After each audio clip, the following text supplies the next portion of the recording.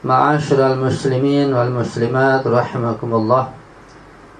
Demikianlah bahwa hal-hal yang kecil sekalipun buat para urafa seperti Imam Khomeini, Rahbar, Ayatullah Bahjat, Ayatullah Jadi Amuli dan yang lainnya, hal yang sekecil apapun ketika mereka melanggarnya maka akan mendapat teguran dari Allah Subhanahu wa taala. Seperti misalnya secara akhlak makan yang bagus dengan tangan kanan.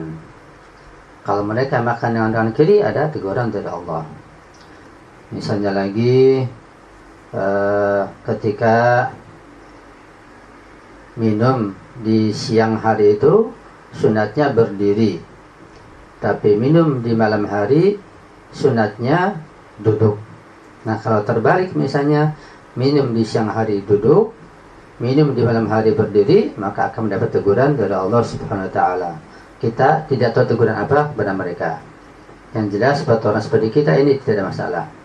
Ya, misalnya masuk ke masjid sudah saya contohkan, ketika salah akan dapat teguran dari Allah Subhanahu wa taala buat para urafa. Kemudian tentang buhuthun, bahasan-bahasan.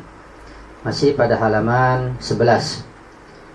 Al-awwal, yang pertama, al-bahs al-awwal, pembahasan yang pertama, halil basmalatu juz'un minas surati. Apakah bismillah itu bagian dari surah? Ajma'a ulama usyi'ati ala anna al-basmalata juz'un min suratul hamdi wa kulli suwaril qur'ani. Para ulama Syiah Imamiyah telah bersepakat bahwa bismillah itu merupakan bagian dari surat Al-Fatihah, bahkan merupakan bagian dari setiap surat Al-Quran. Berbeda dengan pandangan sebagian daripada ulama ahli sunnah. Mereka mengatakan, sebagian mereka, bahwa basmalah itu bukan merupakan bagian dari setiap surat. Betul bagian dari surat Al-Fatihah, tapi bukan bagian dari surat-surat yang lain. Artinya kalau bismillah dalam Al-Fatihah sepakat semua bahwa itu bagian dari surat Al-Fatihah. Dan surat At-Taubah tidak ada basmalahnya, itu sudah sepakat. Tapi surat yang lain ada ikhtilaf. Dan ulama Syiah Imamiyah sepakat bahwa semua surat itu ada basmalahnya, dan basmalah di awal surat bagian dari surat tersebut, bukan sekedar awal saja. Wa kitabatuha fi matali'is suwari afdalus syahidin ala dzalik. Dan terdapatnya penulisan di setiap awal surat itu merupakan bukti yang paling afdal, bukti yang paling utama atas klaim tersebut. Jadi jelas tertulisnya basmalah di awal surat itu menunjukkan bahwa basmalah bagian dari surat tersebut. Li'anna na'lamu anna an-nassal qur'ani masunun an ayati idhafatin. Karena kita meyakini dan kita mengetahui bahwa teks Quran itu terjaga dari berbagai macam kesalahan dan tambahan. Wa dzikrul basmalati ma'mulun bihi mundu zamanin Nabi sallallahu alaihi wa alihi wasallam. Dan disebutkannya bismillah itu sudah menjadi kebiasaan sejak masa Rasulullah sallallahu alaihi wasallam. Artinya sejak masa Rasulullah dan beliau serta para sahabat beliau, setiap kali membaca surat maka awalnya adalah bismillah.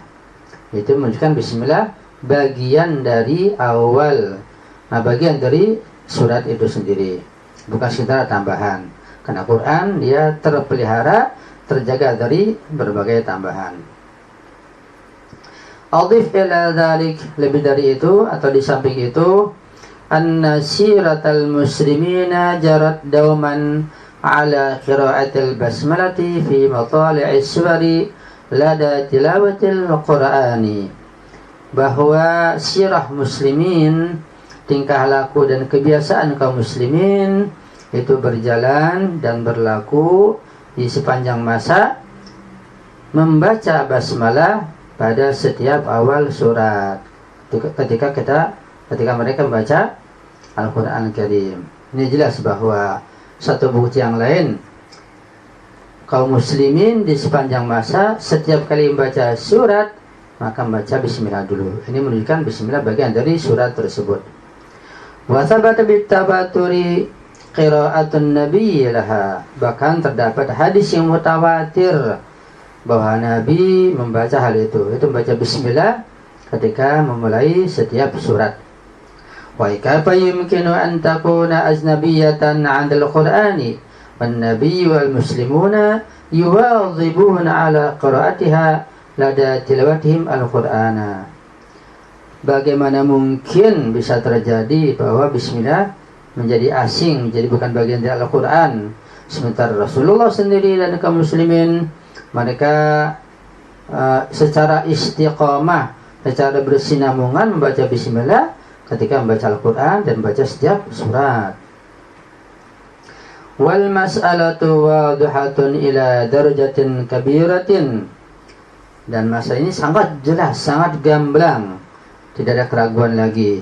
Bukti-bukti sejarah Rasulullah, sejarah para sahabat Nabi, sejarah kaum muslimin menunjukkan hal itu sangat jelas, tidak ada keraguan.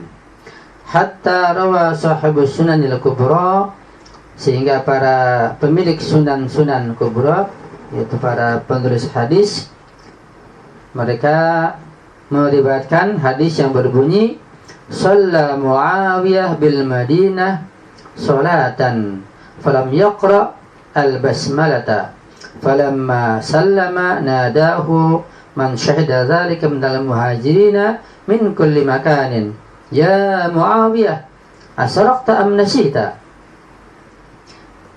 Terdapat riwayat di kitab Sunan, kitab hadis, bahwa pada suatu hari Muawiyah bin Abu Sufyan melaksanakan sholat di kota Madinah.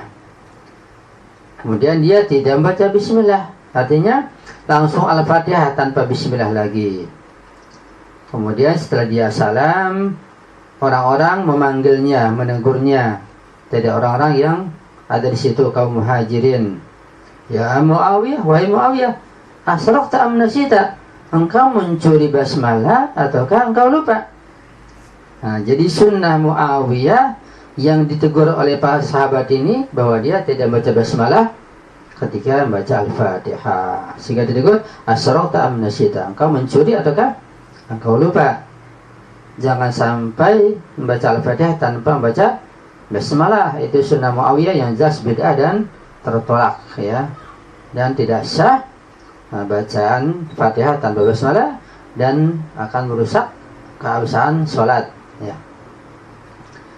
Wastan yang kedua, lafzul jalalati jami'un li sifatihi ta'ala, bahwa lafzul jalalah yaitu lafaz Allah jami'un li sifatihi ta'ala, itu menghimpun, merangkum semua sifat-sifat Allah Subhanahu wa ta'ala. Inna kalimata ismi hiya awwal ma tatala'na fil basmalati min kalimatin. Sesungguhnya kalimat ismi, yaitu bismi, ada kalimat ismi, itu merupakan awal yang kita lihat dan kita baca dalam ungkapan bismillah dibanding kalimat-kalimat yang lain. Ya, kalimat paling depan adalah bismi itu. Wa huwa fi ra'yi ulama'il lughati min as-sumuwi ala wazni al-ulu wa ma'nahu al-irtifa'. Dan menurut para ulama ahli bahasa Arab bahwa kalimat tersebut, yaitu ismu tersebut, berasal dari as-sumu, berasal dari lafaz as-sumu. Wazannya al-ulu, maknanya al-irtifa', itu yang tinggi, ya. Wa ba'da kalimat al-ismi naltaqi bi kalimati Allah. Dan setelah lafaz ismi, setelah kalimat ismi kita menemukan kalimat Allah, bismillahi, itu kalimat Allah yang kedua. Ya asmalu asma'i rabbil alamina, kalimat Allah itu adalah kalimat yang paling sempurna, yang paling meliputi dan merangkum seluruh asma-asma Allah Subhanahu wa ta'ala. Jadi seluruh sifat-sifat Allah, seluruh asma-asma Allah terrangkum dan terhimpun di dalam ungkapan Allah di dalam lafaz Allah.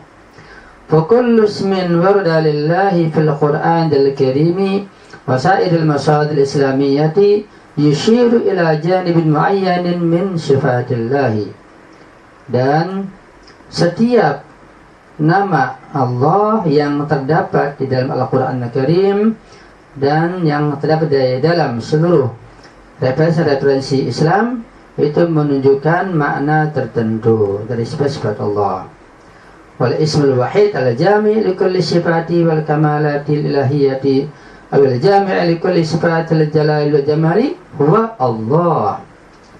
Sedangkan satu-satunya nama yang menghimpun seluruh sifat-sifat Allah dan seluruh kesempurnaan ilahiyah, yang menghimpun semua sifat-sifat jalal dan sifat jamal, sifat keagungan, sifat keindahan, hanyalah lafaz Allah. Singkatnya bahwa lafaz Allah itu satu-satunya lafaz, satu-satunya kata dan kalimat yang menghimpun dan merangkum serta meliputi seluruh asma-asma Allah, seluruh sifat-sifat Allah Subhanahu wa taala, sifat-sifat kesempurnaan Allah Subhanahu wa taala.